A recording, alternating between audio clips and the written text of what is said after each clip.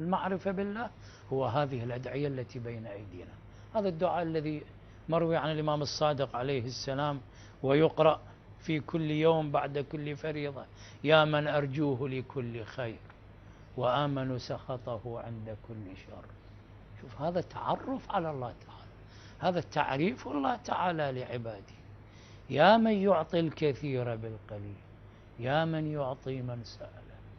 تصور الآن لو إنسان، حتى نقرب الفكرة، لو إنسان عندك صديق يمتاز بهذه الصفات، ترجوه لكل خير، أي خير تريد تحصله تلقاه عند هذا.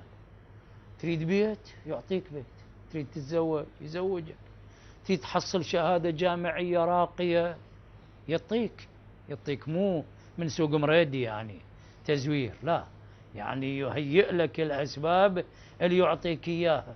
إيش يخطر ببالك من خير يعطيك؟ تصور ما هي الصفات لكي نفهم معناها. خلينا نحاول أن نأخذ مثال من الواقع. فتصور لو عندك هكذا إنسان: يا من أرجوه لكل خير، كل خير يخطر ببالك جاهز يجيك، كن فيكون من غير تعب ولا تأمل، يعطيك. بعد: وأأمن سخطه عند كل شر، مهما تصدر منك من إساءة تجاهه، مهما يصدر منك من تقصير، تأمن شره. مو بس ما يعاقبك، لا حتى ولا يوبخك ولا حتى يزعجك بكلمة. شوفوا: آمن سخطه عند كل شر، يا من يعطي الكثير بالقليل. أنا ماذا أقدم لله تبارك وتعالى؟ ما قيمة ما أقدمه أمام الله تعالى وهو يرضى بهذا القليل ويعطي الكثير بمقابله. يا من يعطي من سأله. بعد صعب الله نقول اعتيادي يسأل يعطي، لا، يا من يعطي من لم يسأله.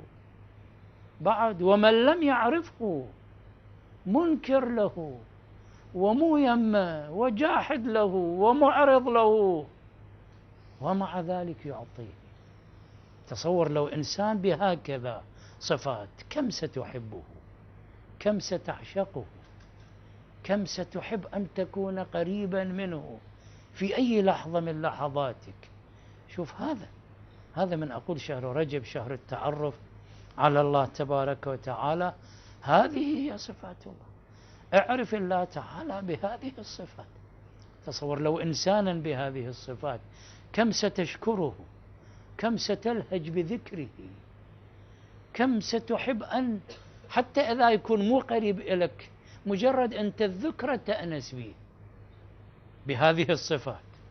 لأن لما تذكره تذكر هذه المحاسن وتذكر هذه الصفات فتأنس حتى لو لم يكن قريبا منك. مجرد تذكره تشعر بالراحة والأنس والسعادة.